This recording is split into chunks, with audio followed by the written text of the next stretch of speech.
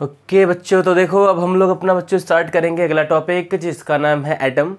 देखो बच्चों, ये जो टॉपिक है बहुत ही बेसिक है। आपने इसको जो है वो 6th में, 7th क्लास में, 8th 9th में भी आपने इसको जो है पढ़ा होगा। बट फिर भी जो है मैं इसको आपको बता देता हूँ कि शायद कोई ऐसा हो स्टूडेंट जो कि इसको जो है वो नहीं पता, उसका बेसिक क्लियर नहीं है, तो बच्चों उसके हिसाब से जो इसका भी जो है बेसिक क्लियर हो जाए। बट आपको ये चीज़ जो है पता होगा। देखो बच्चों, आपने जो है सुना होगा एटम के बारे में कि एटम क्या होता है। तो हम बोल सकते हैं कि एटम जो है वो किसी मैटर का एक ऐसा स्मॉलेस्ट टाइनी पार्टिकल होता है जो कि फर्दर जो है वो और सिंपलेस्ट पार्टिकल में जो है वो डिवाइड नहीं होता। ये हम जो है वो सिंपल डेफिनेशन बोलते हैं कि इसका एटम का। बट एक्चुअली में जो है बच्चों ये करेक्ट नहीं है। हम जो है वो आज के टाइम पे हमारे पास ऐसी टेक्निक्स है कि हम जो है एटम को भी जो है वो और छोटे पार्टिकल्स में जो है तोड़ सकते हैं, डिवाइड जो है वो कर सकते हैं जो है वो, जिसको हम तोड़ के जो है फिर उसमें से इलेक्ट्रॉन, प्रोटॉन, न्यूट्रॉन्स, बाकी हम इवन बच्चों हम न्यूक्लियस को भी जो है वो ब्रेक कर सकते हैं, जिसको हम न्यूक्लियर फिजन बोलते हैं एटम्स का। तो आज के टाइम पे हम इसको जो है ब्रेक कर सकते हैं। बट जो डेफिनेशन है एटम का वो हम सिंपल यही बोल सकते हैं कि the smallest tiny particle of matter which can not B divided further into the simpler particle by simple physical and chemical method is called atom. उसको सिंपल हम एटम बोल सकते हैं। तो इसको आप एक बार जो है वो लिख लेना कि एटम बच्चों क्या होगा। तो हम बोल सकते हैं कि the smallest tiny particle of matter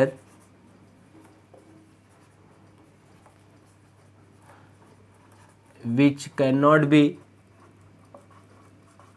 divided into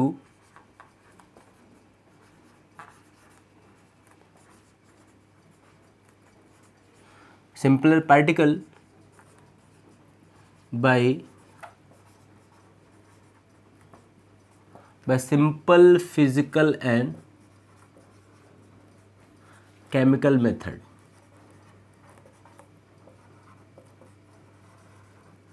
is called atom। बच्चों इसको हम क्या बोलते हैं? एटम बोलते हैं। ठीक है, मतलब बच्चों हम बोलने का मतलब बस यही हो गया कि एटम जो है वो मैटर का ऐसा छोटा पार्टिकल है, स्मॉलेस्ट पार्टिकल है, टाइनी पार्टिकल है, सबसे छोटा, जो कि फर्दर जो है वो सिंपल पार्टिकल में डिवाइड नहीं होता है जो है वो सिंपल फिजिकल और केमिकल मेथड से। इसके लिए हमको जो है एडवांस फिजिकल और केमिकल मेथड यूज़ करना पड़ता है। तो उसको हम डिवाइड कर सकते हैं जो है छोटे मोटे पार्टिकल्स में। अब देखो बच्चों, जो है वो इस एटम के रिगार्डिंग जो है वो एक साइंटिस्ट डाल्टन, जिसने जो है वो अपने कुछ पोस्टुलेट्स, कुछ बातों को जो है बोला था एटम के बारे में, जिनको हम जो है वो डाल्टन्स एटॉमिक थियरी के नाम से पढ़ते हैं, डाल्टन्स पोस्टुलेट्स के नाम से पढ़ते हैं। तो बोल सकते हैं डाल्टन्स एटॉमिक थियरी जो है इसके बारे में थोड़ा सा हमको जो है पढ़ना पड़ेगा यहाँ पे कि डाल्टन्स ने जो है वो एटम्स के बारे में कौन कौन से जो है वो एजम्पशंस किए थे, कौन कौन से जो है वो पॉइंट्स बोले थे। आपके बच्चों ये क्वेश्चन जो है वो आता है कि right any 4 assumptions, right any 4 postulates of Dalton's atomic theory. तो वो हम जो है यहाँ पे बेसिकली जो है वो लिख सकते हैं। देखो, तो अब बच्चों यहाँ पे अगर हमको बोलना पड़ेगा कि जो है डाल्टन्स के बारे में जो पहला पॉइंट था तो उसने क्या बोला था, तो हम बोल सकते हैं कि डाल्टन्स ने एटम के बारे में पहला पॉइंट बोला था कि atoms are the tiny particle of all matter. ये पॉइंट को हमने इसका डेफिनेशन भी मेंशन कर दिया। पहला पॉइंट डाल्टन ने ये बोला था कि जो एटम होता है बच्चों वो क्या होता है जो है वो सबसे छोटा टाइनी पार्टिकल होता है जो है वो सभी मैटर का। फिर बच्चों देखो, डाल्टन्स ने बोला कि एटम्स आर इनडिविजिबल एंड हम बोल सकते हैं कि इनडिस्ट्रक्टिबल। मतलब बच्चों जो एटम होता है वो जो है डिवाइड नहीं होता, वो जो टूटता नहीं, वो जो है डिस्ट्रॉय नहीं होता, इसलिए हम बोलेंगे atoms are indivisible and indestructible. फिर देखो बच्चों, हमारा जो यहाँ पे तीसरा इसका पोस्टुलेट्स है वो ये बोलता है कि atoms of same element, atoms of same element have identical property.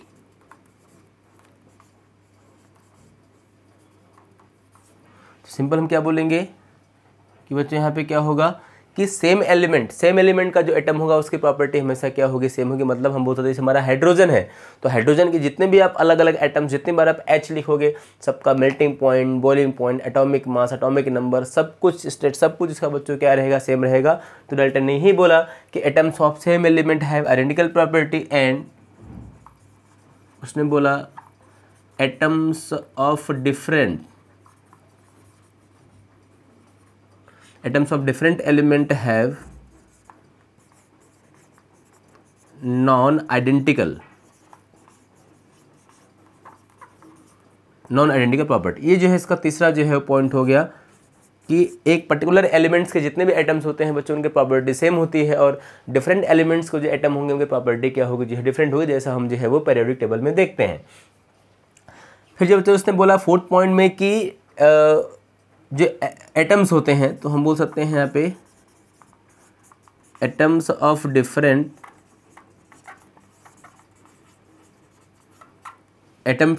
Elements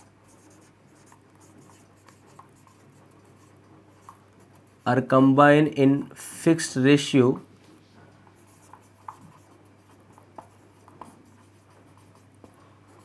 to form molecules and compounds। बच्चों ये भी पॉइंट देखो हमारा सबसे ज़्यादा बेसिक इजी है कि डिफरेंट एलिमेंट्स के जो एटम्स होते हैं वो एक दूसरे से जो है कंबाइन करते हैं डिफरेंट रेशियोज में, और क्या फॉर्म करते हैं, बहुत सारे variety of molecules and compounds को जो है वो फॉर्म करते हैं। इसका जो है वो हम बोल सकते हैं बच्चों, ये जो है फोर्थ पोस्टुलेट्स था इसका। तो फिफ्थ यहाँ पे हम बोल सकते हैं बच्चों, इसने बोला था कि जब भी कोई केमिकल रिएक्शन होता है तो उसमें जो एटम्स होते हैं वो कभी भी डिस्ट्रॉय नहीं होते, कभी भी जो है नए एटम प्रोड्यूस नहीं होते, जैसा हमने भी law of conservation of mass में देखा था। तो बस इसका बोलने का मीनिंग यही था। इसका जो अगला पोस्टुलेट था कि एटम कभी भी किसी केमिकल रिएक्शन में बनता नहीं है और डिस्ट्रॉय नहीं होता। हाँ, वो बस क्या होता है, वो बस रीअरेंज होता है, वो बस रीऑर्गेनाइज होता है। तो यहाँ पे हम बोल सकते हैं कि atoms can not be created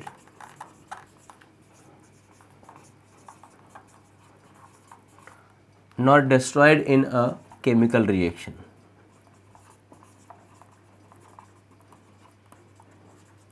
It only rearrange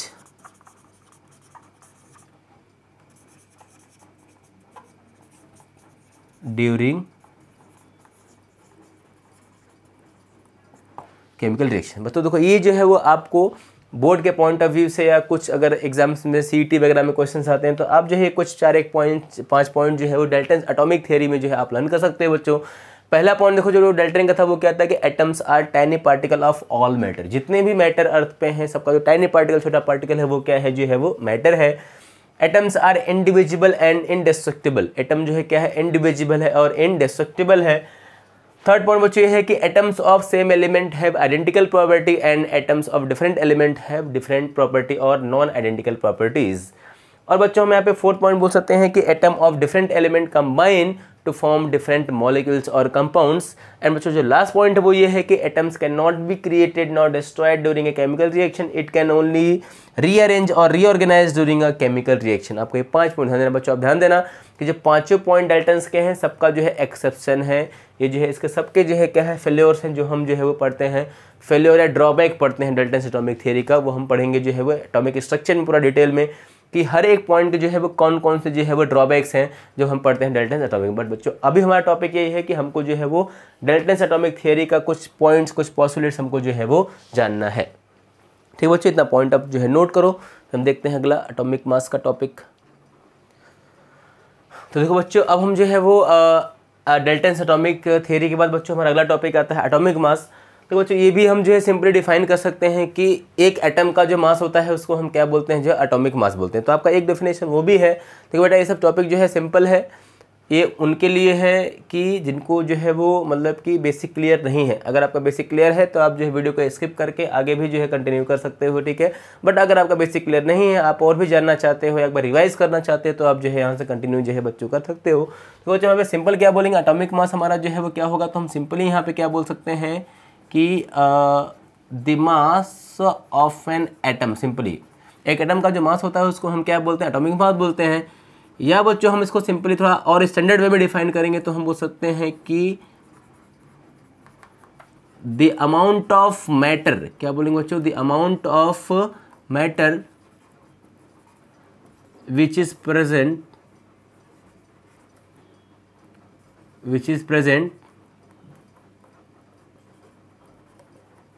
with in an atom. ये बच्चों क्या है, देखो इसका स्टैंडर्ड डेफिनेशन है कि किसी भी एक एटम के अंदर जितना भी अमाउंट ऑफ मैटर प्रेजेंट है उसको हम क्या बोलते हैं, उसका जो है एटॉमिक मास बोलते हैं। और simply we can say that the mass of an atom is called atomic mass. इसको भी हम सिंपली जो है बोल सकते हैं।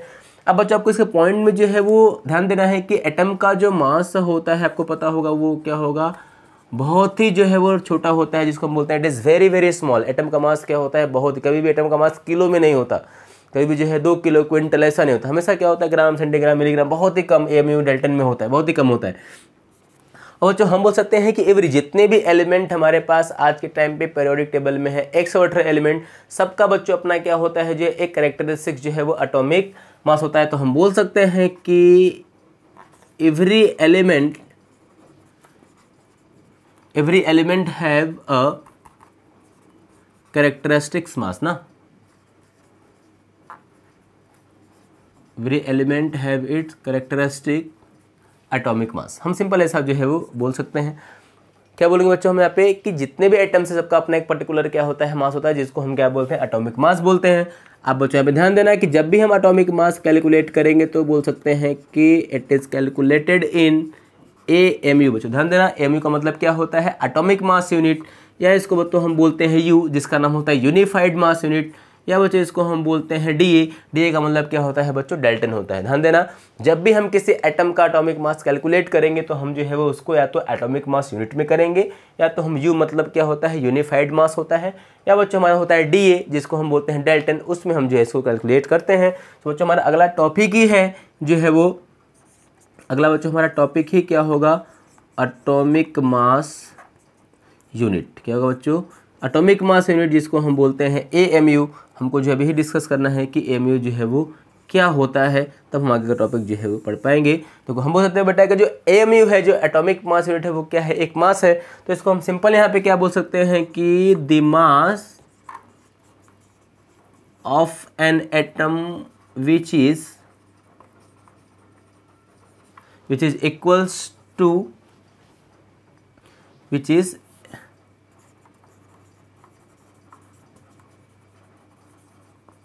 which is exactly equals to the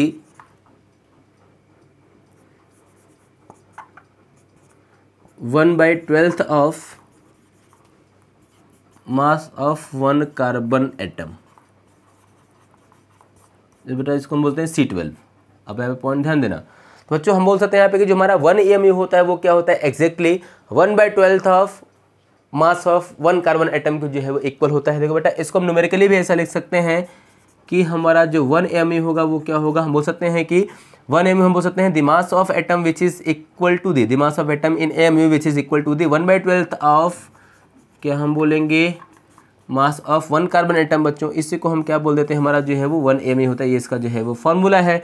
अब बच्चों देखो, अगर हम यहाँ पे जो है वो 1 AMU के प्लेस पे जो है वो वैल्यू पुट करते हैं जो है वो एक कार्बन के मास का जो है C12 का, तो हमारा आता है 1.9926 × 10⁻23 ग्राम आता है। बच्चों जब इसको हम जो है वो सॉल्व करेंगे तो हमारा आ जाएगा 1 AMU = 1.66 × 10⁻24 ग्राम। ये पॉइंट ध्यान देना आपको, ये फॉर्मूला जो है बहुत ही काम देगा, ये फॉर्मूला बहुत ही इंपॉर्टेंट है, इसको आप स्टार मार्क करना। इसमें क्या करना है बच्चों, अगर हमको AMU को ग्राम में कन्वर्ट करना है तो हम ये फॉर्मूला यूज़ करेंगे, अगर हमको ग्राम को AMU में कन्वर्ट करना है तो हम अगेन वही सेम फॉर्मूला जो है वो रिपीट करेंगे। तो ध्यान देना बच्चों कि with the help of this formula we can convert MU into gram and gram into AMU। इसलिए आपको ये बेसिक फॉर्मूले को जो है वो लर्न करना पड़ेगा, आप इसको इजीली जो है वो लर्न कर सकते हो। याद रखना 1 AMU = 1.66 × 10⁻24 ग्राम होता है। ध्यान देना पॉइंट अब इतना। देखो इसको हम क्या बोलेंगे, यूनिफाइड मास यूनिट, या बच्चों देखो इसी का नाम क्या होता है, इसी को हम बोलते हैं यूनिफाइड मास। ध्यान देना बच्चों, इसी का नाम क्या होता है, इसी का नाम होता है यूनिफाइड मास। यूनिफाइड मास, या बच्चों इसी को हम बोलते हैं डाल्टन, जिसका नाम होता है DA, इसको हम बोलते हैं U, या उसी को बच्चों हम बोलते हैं जो है वो AMU एटॉमिक मास यूनिट। बच्चों अब ध्यान देना कि हमने जो है ठीक है ना पीरियोडिक टेबल में जितने भी एटम्स का जो है वो मास कैलकुलेट किया है वो सब हमने जो है वो U में किया है, हमने जो है वो AMU में जो है वो किया है। ये एक जो है वो स्टैंडर्ड वे है। बच्चों अब ध्यान देना, हमने जितने भी एलिमेंट का जो है वो मास कैलकुलेट किया है पीरियोडिक टेबल में, उसको हमने जो है वो कार्बन के एटॉमिक मास को स्टैंडर्ड मानते हुए जो है हम उन्हें जो है उसके रेस्पेक्ट में जो है वो कैलकुलेट किया है। ठीक है बच्चों, तो इतना 1-2 पॉइंट आप जो है वो नोट करो, फिर हम देखते हैं अपना अगला सेक्शन, एवरेज एटॉमिक मास। तो देखो बच्चों अब जो अगला टॉपिक है वो है जो है वो एवरेज एटॉमिक मास। ये भी देखो बच्चों एक जो है इंपॉर्टेंट जो है वो टर्म है, जो कि हमको इस चैप्टर में जो है वो पढ़ना बहुत ही ज़रूरी है। तो अब देखो बच्चों, अगर हमको बोलना होगा कि एटॉमिक मास जो है वो क्या होता है, तो हम पहले इसका स्टेटमेंट लिख सकते हैं। तो हम इसको बच्चों सिंपली बोल सकते हैं कि the sum of the sum of atomic masses of all isotopes and each is multiplied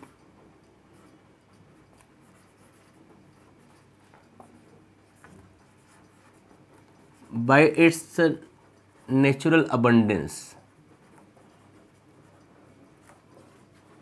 and divide by 100 is called average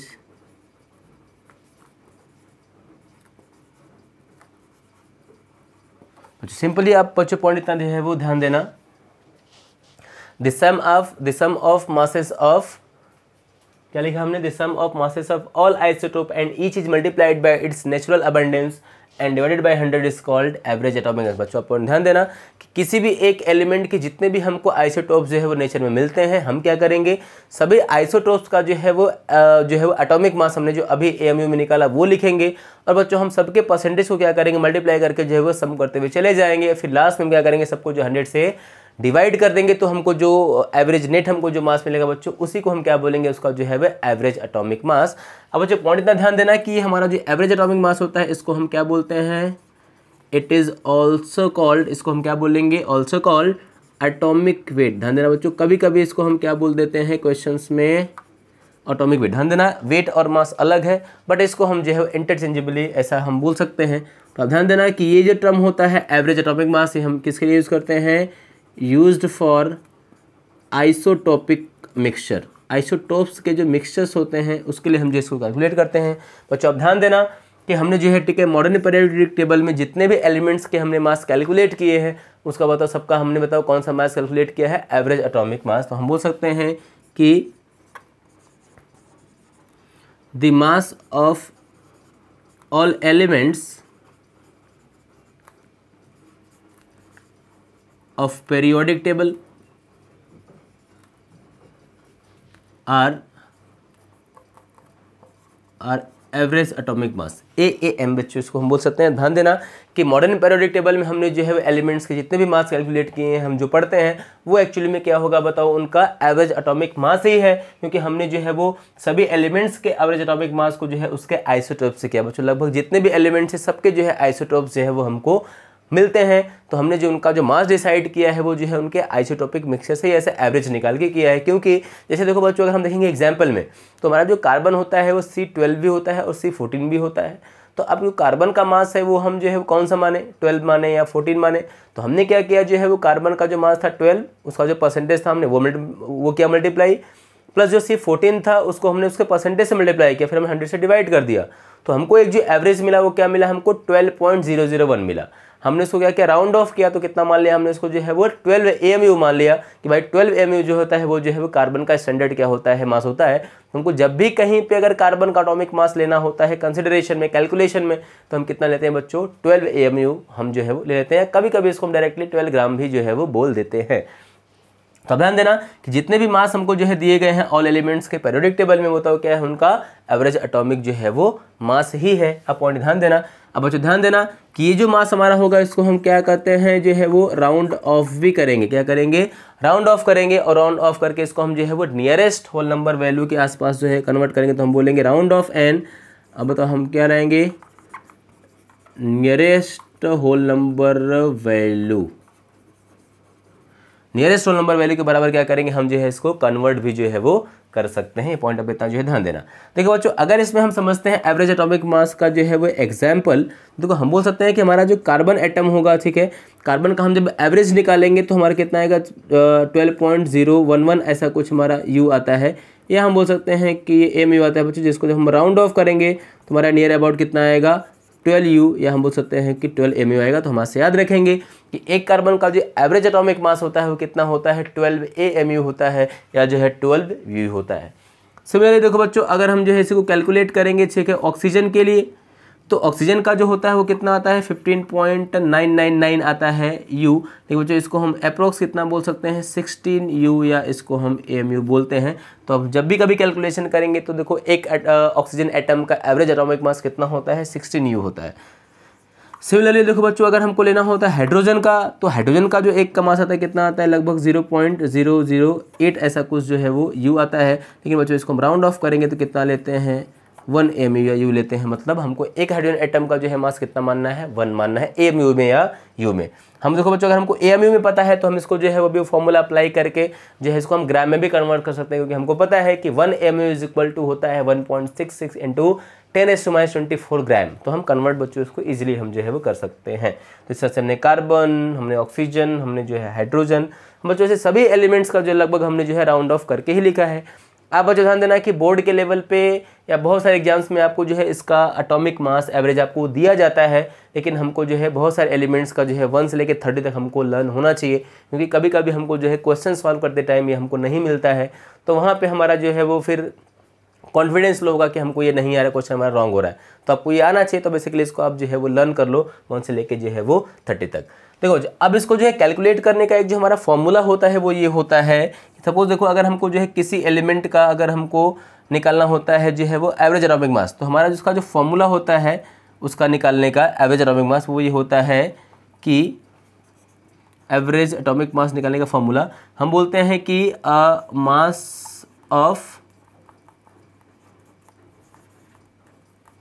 mass of isotope ए, और हम बोलते हैं इनटू परसेंटेज, प्लस हम बच्चों क्या करेंगे mass of isotope B into बच्चों करेंगे उसका परसेंटेज, ऐसे जो सी होगा उसका करके सबका हम क्या करेंगे 100 से डिवाइड कर देंगे।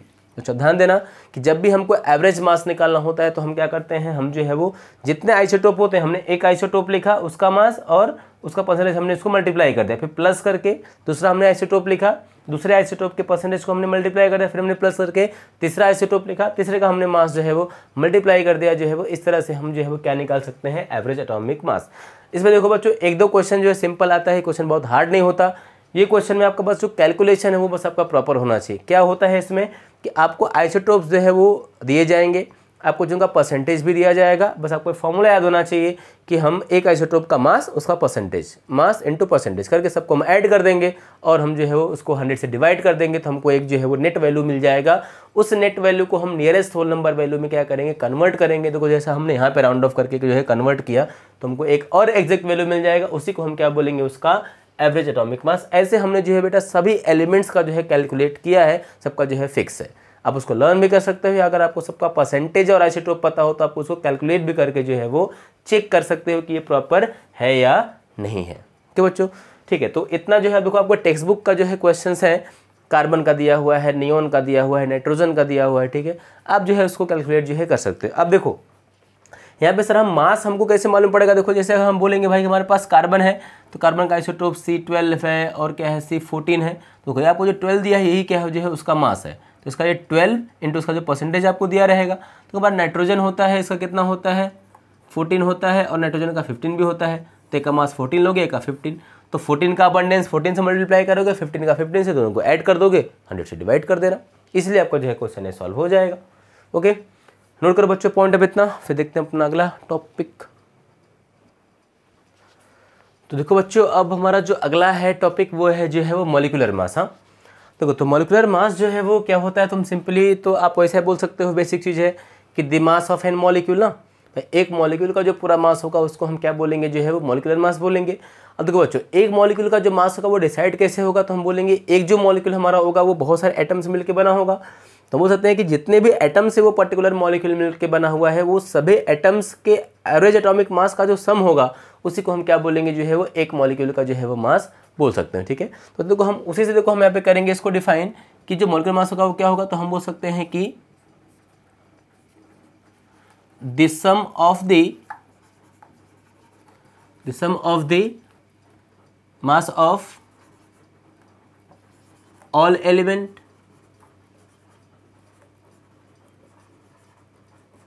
Multiplied by its number. ध्यान देना बच्चों यहाँ पे पॉइंट इतना यही है कि किसी भी एक मॉलिक्यूल में जितने भी एलिमेंट्स अलग अलग हैं, जितने भी अलग अलग एटम्स हैं, हर एक एटम का जो एवरेज एटॉमिक मास होगा उसको हम ऐड करेंगे और उसको हम मल्टीप्लाई कर देंगे जो है उसके नंबर से, तो हमको नेट जो मास मिलेगा वही क्या हो जाएगा जो है वो उसका मॉलिक्यूलर मास हो जाएगा। ध्यान देना बच्चों, जो हमारा मॉलिक्यूलर मास होगा उसको हम कभी कभी जो है मॉलिक्यूलर वेट भी बोल सकते हैं, ऐसा आपको क्वेश्चन में दिख सकता है, तो आपको कंफ्यूज नहीं होना है। जो मॉलिक्यूलर मास है वही मॉलिक्यूलर वेट भी है। हाँ, वेट मास एक्चुअली अलग है, लेकिन हम कैलकुलेशन के टाइम पे बोल सकते हैं अगर वेट भी दिया है तो हम समझ जाएंगे कि वो मॉलिक्यूलर मास ही जो है हमारा दिया हुआ हो सकता है। देखो अब यहाँ पे अगर मैं इसको, तो इसमें तो आपको एग्जांपल से ही जो है वो मतलब ऐसा समझ जाना है कि जो मॉलिक्यूलर मास टर्म होता है ये हम जो है लगभग सभी कंपाउंड के लिए यूज़ करते हैं, चाहे वो कंपाउंड कोवेलेंट हो, चाहे एमनिक हो, या कोऑर्डिनेट्स कंपाउंड, कोई भी, हम सबके लिए इसको जो है यूज़ करते हैं। बस आपको देखना है यहाँ पे कि जो मॉलिक्यूलर मास होगा उसको हम जो है वो कैलकुलेट कैसे करेंगे, यही आपको यहाँ पे जो है वो आज सीख लेना है। बता दो, मैं स्टार्ट कर रहा हूँ जो है वो सिंपल जो है वो हाइड्रोजन से। बच्चों आपको यहाँ देखना, अगर हमको हाइड्रोजन का निकाला है मॉलिक्यूलर मास, तो हमको पता है कि जो हाइड्रोजन है वो एक सिंगल एलिमेंट से मिलकर बना हुआ जिसका नाम है हाइड्रोजन। तो हमको यहाँ पे देखना है कि जो हाइड्रोजन है, एक हाइड्रोजन का जो मास होता है बच्चों वो कितना होता है, 1 mu होता है, उसका नंबर कितना है, 2 है। तो इसको मल्टीप्लाई करेंगे तो कितना हमारा आ जाएगा, 2 mu। इसका मतलब कि हमारा जो एक एस्ट होगा उसका मास बताओ कितना हो जाएगा, 2 mu हो जाएगा। या देखो बच्चों, हम mu को क्या बोलते हैं, 2u भी बोलते हैं, या इसको हम जो है वो 2 डेल्टन भी बोल सकते हैं, 2da भी इसको हम बोल सकते हैं, जिसमें भी आपको दिया रहे। फिर देखो बच्चों, हमको यहाँ पे अगर निकालना होगा जो है वो N2 का, तो हमको पता है कि एक N का बताओ बच्चों कितना होता है, 14 mu होता है। तो हम इसको 2 से मल्टीप्लाई कर देंगे तो हमारा कितना आ जाएगा, 28 mu हो जाएगा। सिमिलरली देखो बच्चों, अगर इसको हम जो है वो देखेंगे, अगर हमको निकालना है O2 का, तो हमको पता होता है कि एक O का कितना होता है, AMU, 2 से मल्टीप्लाई कर देंगे तो हमारा ये कितना हो जाएगा, 32 mu हो जाएगा। सिमिलरली देखो बच्चों, अगर हमको जो है यहाँ पे सॉल्व करना है, थोड़ा सा लेवल बढ़ा देंगे, जिससे हमको सॉल्व करना है CO2 का, तो हमको पता है कि एक हमारा जो C होगा उसका कितना होता है 12 mu, उसका अमाउंट कितना हो गया, 1 हो गया। प्लस हमारे पास जो एक O है बच्चों उसका भी हमने देखा कितना होता है 16, लेकिन कितना हमारे पास है ये 2 है। तो इसको हम क्या करेंगे, ऐड कर देंगे। तो देखो जब इसको ऐड करेंगे तो 12 1 कितना हो जाएगा, 12 mu, 16 कितना हो जाएगा, 32 mu। जब दोनों को ऐड करेंगे तो हमारा कितना हो जाएगा, 44 AMU।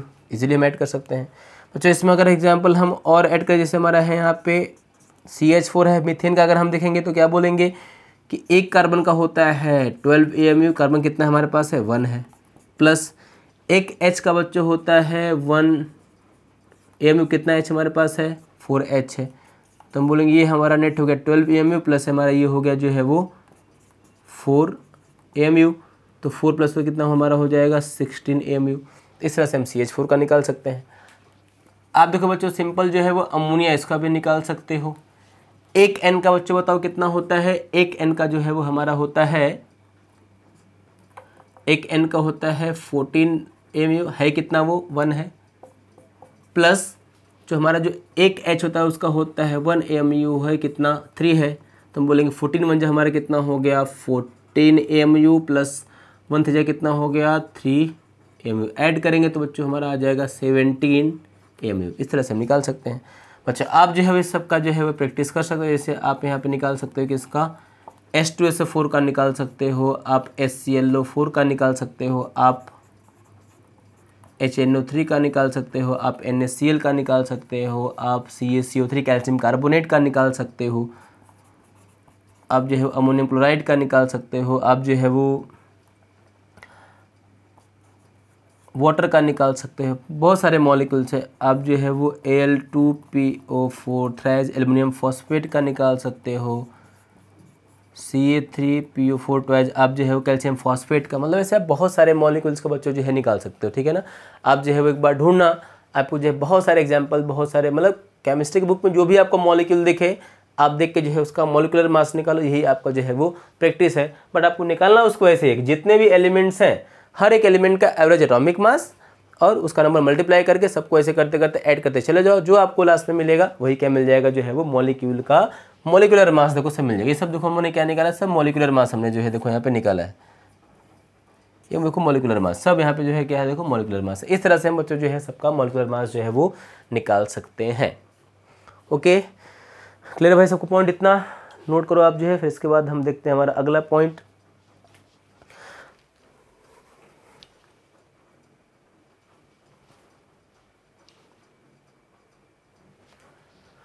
तो देखो बच्चों, अब हमारा जो अगला है टॉपिक वो है, ठीक है, फॉर्मूला मास। देखना बच्चों, हमारा जो मॉलिक्यूलर मास था और अभी जो फॉर्मूला मास, दोनों का एग्जैक्टली सेम है। हम कैलकुलेशन भी वैसे सेम करेंगे, बट ध्यान देना कि जो फॉर्मूला मास है वो हम जो है वो सबके लिए लगा सकते हैं। कंपाउंड कोई भी हो, हम उसके लिए क्या बताओ कैलकुलेट कर सकते हैं ठीक है, molecular mass.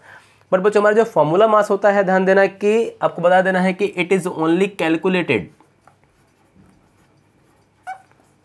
it is only calculated for ionic compounds। मतलब ध्यान देना कि जो आयोनिक कंपाउंड होता है उसके लिए हम जो है वो दो वर्ड यूज कर सकते हैं, मॉलिक्यूलर मास भी, लेकिन बेटर क्या है, फॉर्मूला मास, क्योंकि उसके लिए पर्टिकुलर है।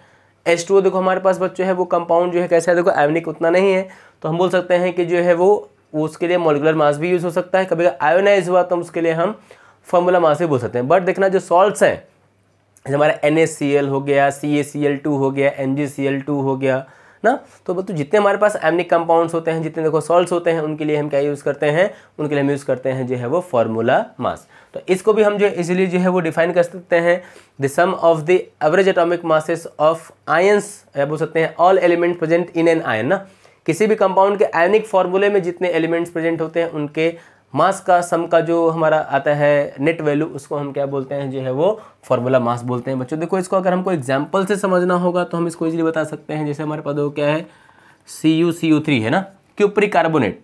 तो ये दो बच्चों, दो हमारा जो कंपाउंड देखो कैसा है, वो ये है आयोनिक कंपाउंड। लेकिन जब इसका हम कैलकुलेट करेंगे तो हमारा फॉर्मूला पिछला वाला ही लगेगा कि हमको पता है कि हमारा जो एक कॉपर उसका कितना होता है 63.5 AMU × 1 इसका नंबर हो गया, प्लस हमारे पास कार्बन है, कार्बन का एक का कितना होता है 12 होता है, नंबर कितना है 1 है, प्लस हमारे पास O का कितना होता है बच्चों, एक का होता है 16 AMU, कितना हमारे पास है ये 3 है।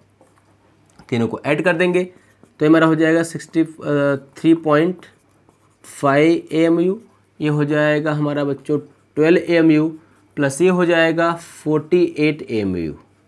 इसको हम ऐड करेंगे तो हमारा साइज जो है 123.5 AMU आ जाएगा। तो इस तरह से हम जो है वो आयोनिक कंपाउंड को जो है कैलकुलेट कर सकते हैं। अब देखो हमारे पास जो दूसरा आयोनिक कंपाउंड रहेगा वो रहेगा NaCl। तो हम बोल सकते हैं कि NaCl अगर हमको निकालना होगा तो हम बोल सकते हैं कि एक Na का होता है 23 AMU × कितना Na है 1 Na है, प्लस हमारे पास कितना है एक Cl का बच्चों होता है 30.55 AMU और कितना हमारे पास है 1 है।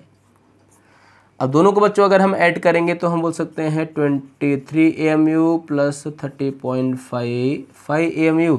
दोनों को अगर हम जो है यहाँ पे ऐड करेंगे 30 + 20 कितना हो गया 50, हमारा हो गया बच्चों 58.5 AMU। देखो इस तरह से हम जो है बच्चों, ठीक है, फॉर्मूला मास जो है कैलकुलेट जो है वो कर सकते हैं जो है किसी भी आयोनिक कंपाउंड के। बस आपको ध्यान देना है कैलकुलेशन वैसे ही होगा जैसा हमारा मॉलिक्यूलर मास का था, बट ये बताओ किसके लिए वैलिड है, ये जो है मेनली वैलिड है जो है वो आयोनिक कंपाउंड्स के लिए। ठीक है, कंपाउंड अगर कोवेलेंट है, कोऑर्डिनेट है, नॉर्मल है तो हम फॉर्मूला मास वर्ड यूज़ करेंगे, लेकिन अगर वो आयोनिक है बच्चों तो उसके लिए हम जो है मेनली क्या यूज़ करेंगे, हम उसके लिए यूज़ करेंगे जो है वो फॉर्मूला मास। तो बच्चों ये आप जो है नोट करना।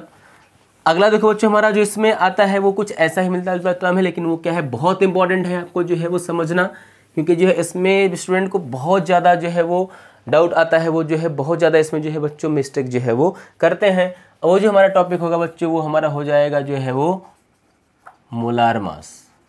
अब ध्यान देना ये टॉपिक जो है बहुत इंपॉर्टेंट है, इसमें जो है सबको बहुत ज़्यादा डाउट आता है कि मोलार मास क्या होता है। तो देखिए बच्चों, हम इसको सिंपली ऐसा बोल सकते हैं कि जो मोलार मास है वो क्या होगा, तो हम बोलेंगे the mass of 1 mole, the mass of 1 mole of substance. ठीक है, एक मोल हमारे पास कोई भी सब्सटेंस है उसका जो मास होगा उसको हम क्या बोलेंगे, मोलार मास। बच्चों बोल सकते हैं सब्सटेंस में हमारा क्या हो सकता है, एटम हो सकता है, मॉलिक्यूल हो सकता है और आयन हो सकता है। तो हम बोल सकते हैं the mass of 1 mole of substance, किसे बताओ, इन ग्राम पर मोल, इन ग्राम पर mole is called molar mass. बच्चों आप पॉइंट इतना जो है ध्यान देना, जब भी हम जो है किसी भी सब्सटेंस के एक मोल का जो है वो मास कैलकुलेट करेंगे तो उसको हम बोलते हैं मोलार मास। और बच्चों मोलार मास का जो यूनिट होता है हमेशा वो क्या होता है, ग्राम पर मोल होता है, कि एक मोल में कितना ग्राम है, ग्राम पर मोल, उसको हम जो है वो ऐसा कैलकुलेट जो है वो करते हैं। ध्यान देना ये पॉइंट इंपॉर्टेंट इसलिए है क्योंकि अभी जितने भी हम मोल्स के कैलकुलेशन करेंगे, मोल के कैलकुलेशन, ये पॉइंट बहुत इंपॉर्टेंट है। आप सब भूल जाना चैप्टर में, लेकिन इसको याद रखना इसको याद करने से आपका जो है वो मोल का जो न्यूमेरिकल्स है वो जो है पूरा आपका इजीली जो है वो सॉल्व हो जाएगा। इसलिए मैं बोल रहा हूँ कि पॉइंट जो है बहुत ज़्यादा जो है बच्चों इंपॉर्टेंट है। अब देखो, अगर हमको बोलना है एटम के लिए तो हम सिंपल यहाँ पे ऐसा बोल सकते हैं कि एटम का जो एवरेज एटॉमिक मास है, average atomic mass of all atoms ना, या हम बोल सकते हैं इसको ऑल एलिमेंट्स, किस में होता है बच्चों बताओ, इन AMU में हम बोल सकते हैं इज इक्वल टू मोलार मास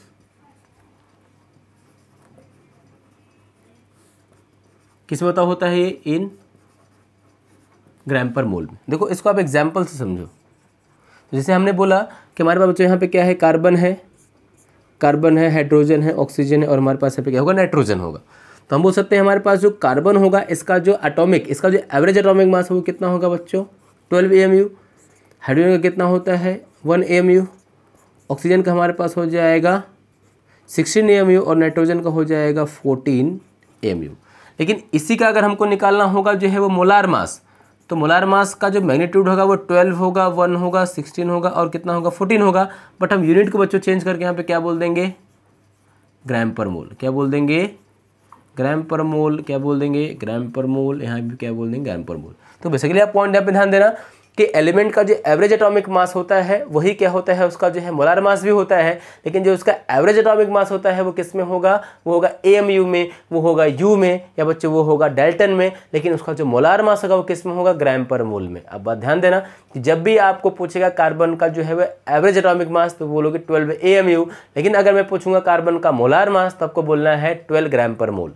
अगर मैं आपसे पूछूंगा ऑक्सीजन का एवरेज एटॉमिक मास बताओ तो बोलोगे 16 AMU, लेकिन उसका मोलार मास 16 ग्राम पर मोल। बस यूनिट का चेंज है बच्चों, लेकिन जो इसका मैग्नीट्यूड होगा वो पूरा क्या रहेगा, जो है वो सेम रहेगा। नो बच्चों, सिमिलरली उसी तरह अगर हम यहाँ पे जो है वो देखेंगे मॉलिक्यूल्स के लिए, अगर हम देखेंगे तो हम बोल सकते हैं कि अब जो हमारे पास मॉलिक्यूल होगा तो क्या होगा, मॉलिक्यूल का तो क्या होगा जो है उसका बताओ क्या होगा, मॉलिक्यूलर मास होगा। तो हम बोलेंगे कि जो मॉलिक्यूलर मास था बताओ किसमें, इन AMU बताओ वो किसके इक्वल है, वो जो है वो मोलार मास के इक्वल है। मोलार मास इक्वल है तो किस में, लेकिन इन ग्राम पर मोल में। अच्छा ध्यान देना कि अगर हमारे पास जो है मॉलिक्यूल्स अगर हैं तो मॉलिक्यूल्स का जो एवरेज एटॉमिक मास होगा, मॉलिक्यूल्स का जो एवरेज एटॉमिक मास होगा AMU में, वही हमारा क्या होगा जो है वो मोलार मास होगा, लेकिन किस में होगा, वो ग्राम पर मोल में होगा। आप यहाँ पे मॉलिक्यूल लेके देख लो। जैसे अगर हमको बोलना है O2, अगर हमको बोलना है NH3, अगर हमको बोलना है CH4O2, अगर हमको बोलना है CO2। तो अब देखना हमारे पास जो O2 होगा उसमें कितना होगा, एक O का होता है 16, तो 2 का कितना हो जाएगा 32 AMU। ये क्या है बच्चों, इसका जो है वो मॉलिक्यूलर मास है। एक N का होता है 14, एक H का होता है 1, तो टोटल हमारे पास कितना हो जाएगा 17 AMU। अभी हमने कुछ देर पहले निकाला। एक C का होता है 12, बाकी 4 का होगा तो क्या हो जाएगा 16 AMU, और जो इसका हमने अभी निकाला था 44 AMU, जैसा अभी हमने पहले निकाला इसका मॉलिक्यूलर मास। तो बच्चों अगर हमको इसका निकालना होगा जो है वो मोलार मास, तो हम बोलेंगे जो मोलार मास होगा वो भी कितना होगा, 32 होगा, बट किस में होगा, वो ग्राम पर मोल में होगा। अमोनिया का कितना होगा, 17 होगा मोलार मास, बस कितने होगा, वो ग्राम पर मोल में होगा। CH4 का कितना होगा, 16 होगा, लेकिन AMU में नहीं, किस में होगा, ग्राम पर मोल में। CO2 का कितना होगा मोलार मास, 44 होगा, बट किस में होगा, ग्राम पर मोल में होगा। तो अब ध्यान देना कि जब भी हम एवरेज एटॉमिक मास को मोलार मास बताएंगे तो हम बस यूनिट का चेंज कर देंगे। जो हमारा AMU होगा, जो U होगा, जो हमारा डेल्टन होगा, उसको बच्चों हम कन्वर्ट कर देंगे सीधा जो कि इसमें ग्राम पर मोल में, तुम्हारा वो क्या हो जाएगा, मोलार मास हो जाएगा। इसको आप याद करना, ये पॉइंट बहुत इंपॉर्टेंट है बच्चों, ठीक है। बहुत बार आता है और हमको न्यूमेरिकल को सॉल्व करने में, समझने में बहुत ज़्यादा हमको ये हेल्प करता है। तो बच्चों सो आई होप कि बच्चों आपको इतना पॉइंट पूरा जो है वो क्लियर हुआ रहेगा। आप जो है वीडियो को बार बार जो है देख के अपने इसको नोट्स में लिखो, इसको आप जो है वो रिवाइज़ करो अच्छे से।